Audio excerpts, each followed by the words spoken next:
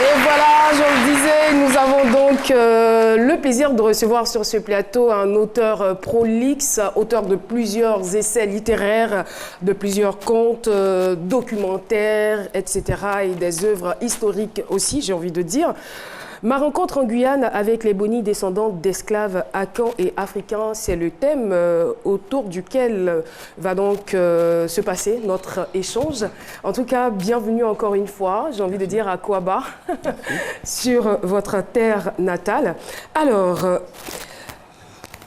c'était donc le 3 juillet 1994, nous allons donc faire un peu d'histoire, que vous avez été sollicité pour présenter le journal pendant 2 mois en Martinique. Et le destin en a décidé autrement. Cela fait exactement 24 ans que vous présentez le journal le plus regardé de l'île sur Martinique Première. Alors, vous êtes auteur de plusieurs œuvres, ça je l'ai dit. Comment avez-vous découvert donc les Boni de la Guyane ? Juste avant d'arriver donc en Guyane, en Martinique en juillet 1994, je travaillais d'abord à France 3, à France Télévisions à Paris, où je présentais aussi le journal donc, dans différentes régions, à Strasbourg, au Mans, à Reims, dans différentes régions. Et puis après, j'étais travaillé à Paris. Et on m'a demandé de venir travailler en Guyane, de présenter le journal en Guyane, parce qu'ils avaient besoin de quelqu'un pendant 1 an. Et donc je suis arrivé en juillet 93, en septembre 93 en Guyane. Et dès que je suis arrivé à la rédaction, il y a des collègues guyanais qui m'ont dit « Mais toi qui es d'origine africaine, ce serait bien que tu ailles sur le fleuve, parce que là-bas, il y a des Guyanais comme nous, mais qui ne sont pas tout à fait comme nous, parce qu'ils sont restés très africains. Et ce sont des Dahoméens, c'est ce qu'ils m'ont dit. J'ai dit « Mais pourquoi pas ?» Sans plus. Sans plus. Et donc, j'ai pris un taxico. Le taxico, c'est l'équivalent du Baka, sur 250 km. Arrivé donc à Saint-Laurent-du-Maroni, j'ai pris une pirogue sur 2 heures. Et en arrivant dans ce village, le premier village Boni qui s'appelle La Patou, là j'étais vraiment saisi parce que je suis tombé vraiment sur un autre monde. J'étais plus en Guyane, mais en Afrique, avec des femmes qui avaient des seaux sur la tête, avec des femmes qui portaient des bébés au dos. Et en avançant dans le village, je tombe sur un couple qui arrive donc devant une maison, puis qui frappe, qui fait « coco ». J'ai dit « Tiens, ça je connais ce chose-là ». La dame qui sort, et puis qui fait « Atou ». J'ai dit « Tiens, mais je connais ça aussi ». Ils sont peut-être pas seulement que Dahoméens. Et donc, je vais voir le capitaine, le chef du village, et c'est là qu'il m'explique qu'effectivement, leurs ancêtres venaient du Togo, du Congo, de l'Angola, du Ghana, du Dahomey et de la Côte d'Ivoire. Des Agnis et des Baoulés. Et donc, à partir de là, j'ai commencé donc à faire toutes mes recherches. J'ai trouvé des jeunes qui s'appelaient Kwame, Kwaku, Afiba, les mêmes noms que chez nous. J'ai rencontré des vieux qui m'ont raconté l'histoire de, non pas de Kakou Ananzé, eux ils disent Kakou Ananchi. Donc, raconter ces histoires. Et donc, à partir de là, j'ai commencé à travailler sur cette question-là parce que j'étais subjugué, frappé de découvrir en direct que ces personnes-là venaient pour partie d'entre eux de la Côte d'Ivoire et qui étaient des Agnis et des Baoulés. Est-ce qu'ils ont pu... Merci. Est-ce qu'ils ont pu vous donner suffisamment d'informations sur leur identité, sur leur parcours? Eux, ils ne savent pas grand-chose parce que tout ce qu'ils savent, c'est qu'il y a une transmission qui s'est faite entre eux, entre leurs traditions, notamment la tradition du dieu suprême qu'on appelle Nana, là-bas aussi, qui est leur dieu, qu'ils célèbrent donc à travers des autels qu'ils plantent dans la forêt. Pour célébrer Nana, ils sont passés par un autre dieu intermédiaire qu'on appelle le Choueli. Et donc, eux, ils ne savent pas d'où ils viennent. Ils ont juste des traditions qu'ils ont perpétuées depuis le XVIIe, XVIIIe siècle.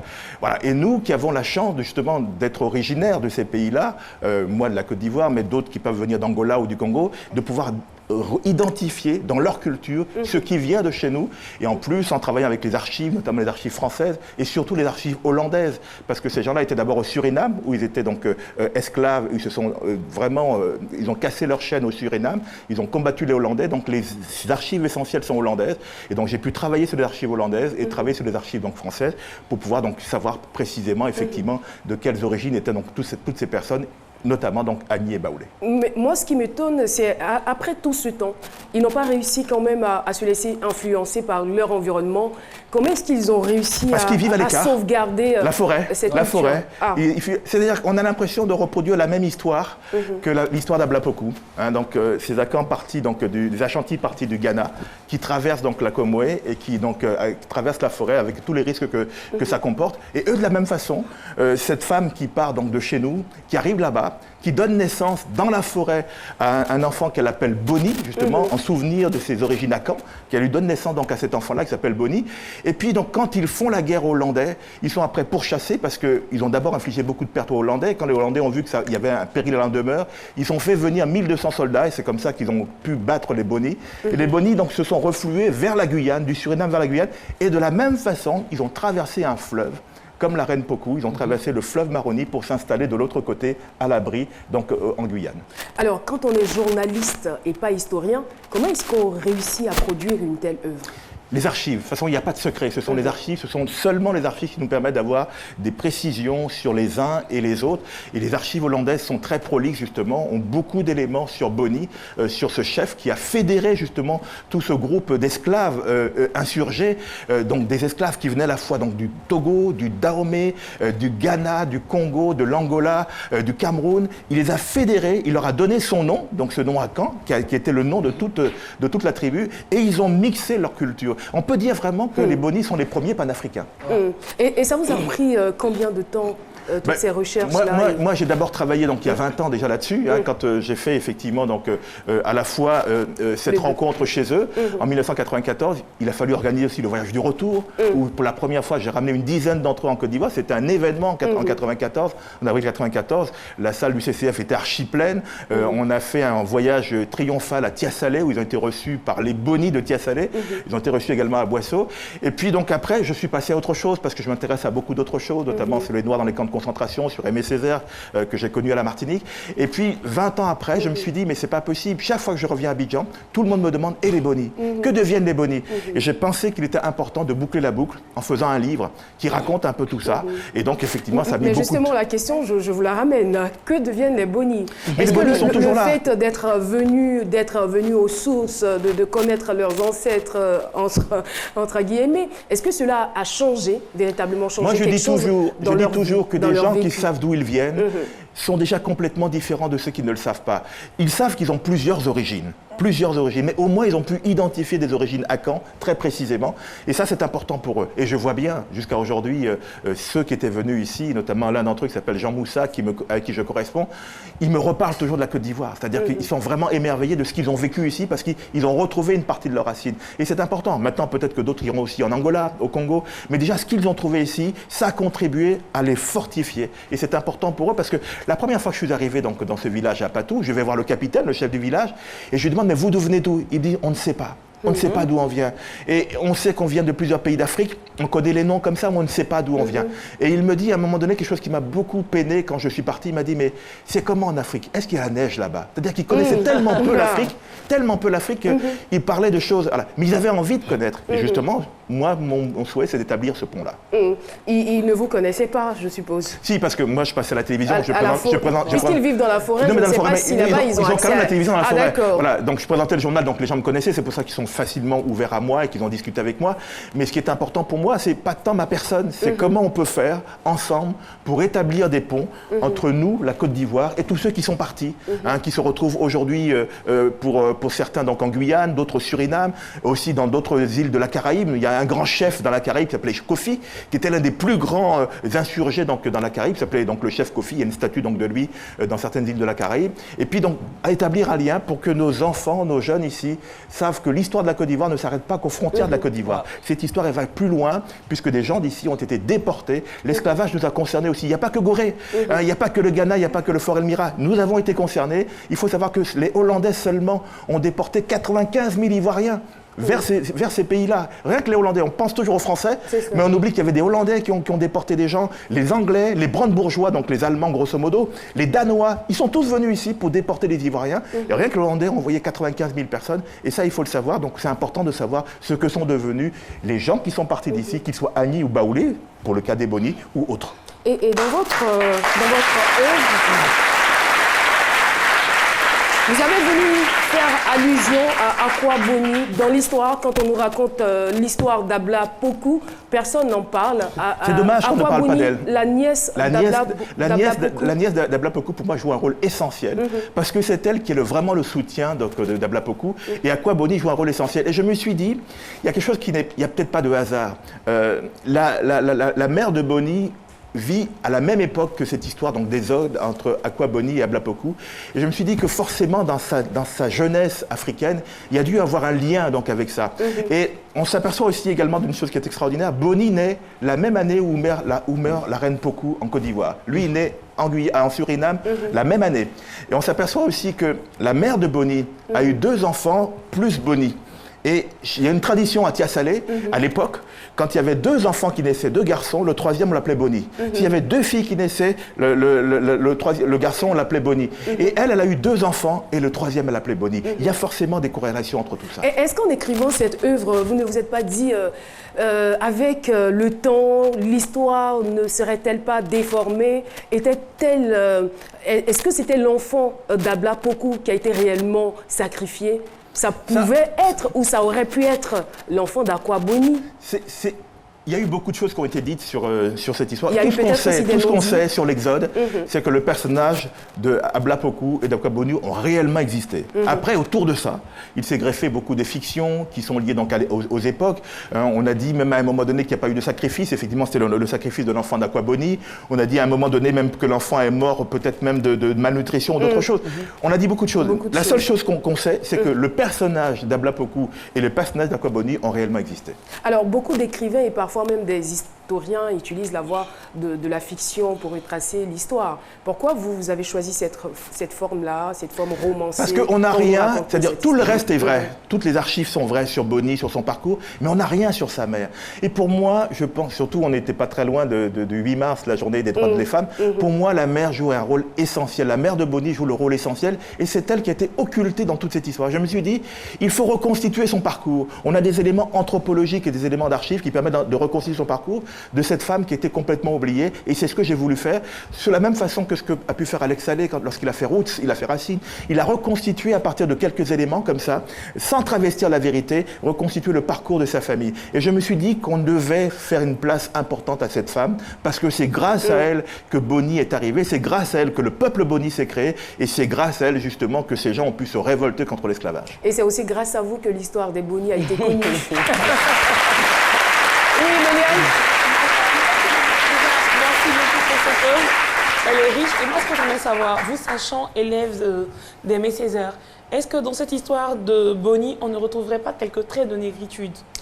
Moi, j'ai fréquenté Aimé Césaire pendant une dizaine d'années. J'ai même fait un livre sur lui et je suis très heureux parce qu'on célèbre cette année, le 17 avril prochain, le 10e anniversaire de sa mort.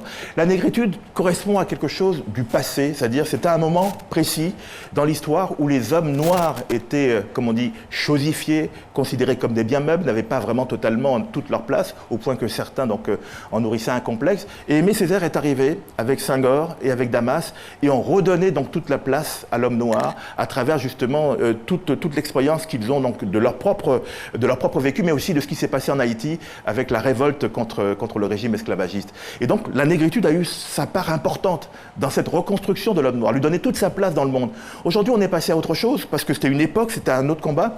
Moi, je travaille plutôt sur la question de la reconnaissance de l'histoire des Noirs. Mais pas forcément qu'une histoire qui les valorise. Il y a aussi des histoires qui sont peut-être pas très belles.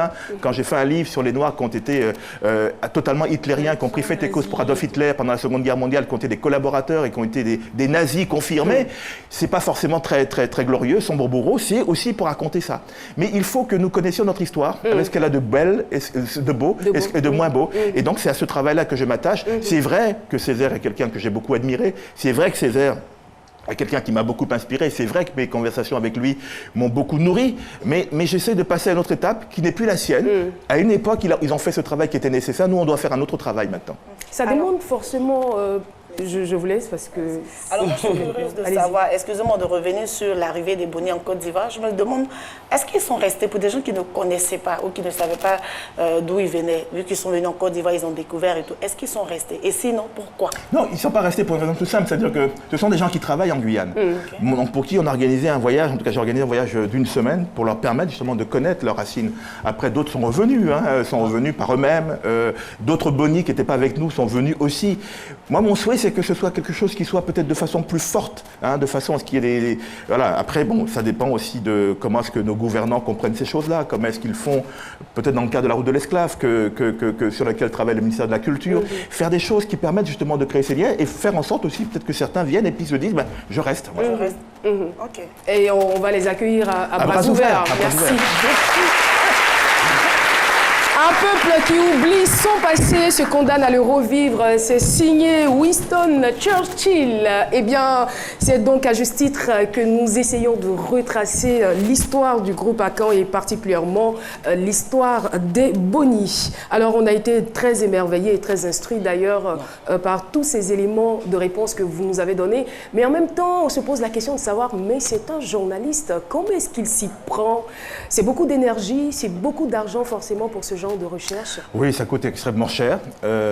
Puis surtout, il faut jamais se départir d'une chose, une règle d'or, les archives, rien que les archives. Et j'ai une chance extraordinaire, c'est que j'ai travaillé récemment sur un livre sur le samouraï noir dont on a parlé ici, et j'ai eu la chance d'avoir une équipe au Japon qui a pu me traduire des éléments en japonais. Et là, pour les Bonny, j'ai eu la chance d'avoir une Guadeloupéenne historienne qui a pu me traduire des éléments en hollandais, parce que les archives sont en hollandais, puisque c'est surtout au Suriname qu'ils ont vécu. Et elle a pu donc me traduire ça, c'était important. C'est vraiment des éléments qui sont essentiels pour pouvoir travailler sur les Bonny. Donc les archives, et puis pour le reste, après, on essaye effectivement de trouver des contributions pour pouvoir faire ça. C'est pas facile. C'est dommage peut-être que... Il y a des annonceurs qui vous accompagnent quand même. Il y a eu quelques personnes en Côte d'Ivoire qui m'ont vraiment aidé. Ce n'est jamais assez, mais c'est toujours ça de prix. Et d'ailleurs, je vais la semaine prochaine à Yamoussoukro pour m'entretenir, en tout cas pour faire une conférence avec les chefs coutumiers et les rois sur les Bonny, les rois donc Akan qui vont se retrouver, Agni et Baoulé qui vont se retrouver parce qu'ils veulent savoir plus. À l'invitation donc du ministre Jeannot Ahoussou, je vais aller là-bas pour pouvoir leur parler de ça dans le cadre de Paquinou, c'est important. Et donc il y a eu des gens aussi qui m'ont aidé effectivement, donc aussi bien la communauté antillaise ici que des particuliers comme Dominique Diagou, comme d'autres personnes, en tout cas des gens qui se sont mobilisés pour faire en sorte que ce livre puisse exister. Ce n'est jamais facile, ce n'est jamais assez simple, ce n'est jamais assez, mais peut-être qu'en faisant ce travail, cet effort, tôt ou tard, en Côte d'Ivoire, on comprendra que c'est important, la culture. C'est pas tout de construire des ponts, c'est pas tout de donner à manger aux gens, mais la première alimentation, c'est d'abord la culture. Hein, et c'est important aussi que le ministre de l'Éducation... Et notre priorité, c'est pas la politique. C'est ça. Et voilà, c'est important aussi que le ministre de l'Éducation nationale le comprenne, plutôt que de faire des polémiques avec Billon, de se concentrer sur ça, se concentrer sur la littérature, sur la culture, parce que c'est ça qui est important, cette nourriture-là, qui est essentielle pour faire grandir les Ivoiriens. Et vivement que ces annonceurs-là vraiment viennent vers vous, hein, non, parce que si vous devez payer le transport de tous les Bonny jusqu'ici, et puis eux, on sait que c'est le vin de palme, tout ça là, combien de bon, vraiment. Mais je vais ils dire... boivent du vin de palme là aussi, hein? Oui, oui, ils boivent. Quand ils viennent, ils boivent ça ici. Non, chez les Bonny, ils boivent du vin de palme aussi. C'est eux. Ah oui, tout à fait. C'est basé, il n'y a pas son blanc, c'est la même chose. Mais ce que je veux savoir, c'est vrai que vous parliez d'archives tout à l'heure, c'est vrai, et bien vous avez été sur le terrain avec les Bonny. Je vais savoir, est-ce que quelque part ils se disent quoi? Parce qu'ils sont venus, ils ont rencontré leurs frères ici. Quelque part, ils se disent, à quelque chose, malheur est bon. Est-ce qu'ils se disent que s'ils n'avaient pas été déportés de ce côté-là, si l'esclavage n'avait pas existé, ils ne seraient pas... Eux-mêmes, ils n'auraient pas existé aujourd'hui. Est-ce que quelque part, ils se disent Moi, que... je ne pense pas que tous ceux qui sont descendants d'esclaves puissent tenir un tel discours, parce que l'esclavage était un vrai drame. Un vrai drame, et bon, c'est vrai qu'on est de l'esclavage et qu'il faut maintenant faire avec. Mais c'est un vrai drame parce que c'est un traumatisme qui se perpétue jusqu'à aujourd'hui. Vous avez des gens, aux Antilles notamment, où je suis, où j'habite en Martinique, qui ont encore beaucoup de mal à vivre, à s'accepter parce qu'ils sont nés d'un drame. Et donc, je ne suis pas sûr qu'à un moment donné, ils puissent tenir ce discours-là, parce que ce drame-là les hante encore, pour beaucoup d'entre eux, souvent. Merci beaucoup. Merci. Méliane? Et moi, pour revenir aux Bonny en Côte d'Ivoire, on sait qu'il y a plusieurs familles de Bonny qui existent. Est-ce que 20 ans plus tard, vous avez essayé de faire une corrélation entre ces deux familles-là? Mais moi, je sais que quand je suis venu ici en 1994, c'est pour ça que je dis, on en revient toujours aux politiques, hein, savoir ce qu'ils font. Quand je suis revenu ici, qu'ils ont été reçus notamment à Tiasalé par Madame Bonny Clavry et par toute la famille de ces gens de Tiasalé qui étaient concernés par cette histoire. Il y avait beaucoup de promesses pour dire on va établir des ponts, on va faire des choses. Malheureusement, rien n'est fait parce que justement nos politiques ne comprennent pas encore l'importance, et je suis peut-être, j'insiste là-dessus, l'importance de ces faits culturels, de ces faits historiques. Il faut absolument travailler sur la culture parce que c'est ça aussi qui fera ce qu'on appelle l'Ivoirien nouveau dont on parle beaucoup. C'est ça aussi. Et cette culture-là, je trouve qu'on ne met pas assez l'accent là-dessus. Et il y a 20 ans, on avait dit des choses. Et moi, justement, c'est parce que je voyais que rien ne se faisait que 20 ans après, j'ai voulu boucler la boucle et faire le livre qui va justement être quelque chose qui va ramasser un peu cette histoire-là pour que les Ivoiriens aient à leur disposition à un prix abordable, eh bien un livre qui parle d'eux, en parlant des autres, qui parle d'eux aussi. Merci infiniment. Et je vais terminer par cette maxime de Christine Suède qui disait, je cite, « La science du passé est ton passeport pour l'avenir ». Merci beaucoup pour ce cours magistral que vous venez de nous donner. Eh bien, nous allons passer à autre chose, retrouver notre sage, le sage Sissoko qui est déjà installé. À tout de suite.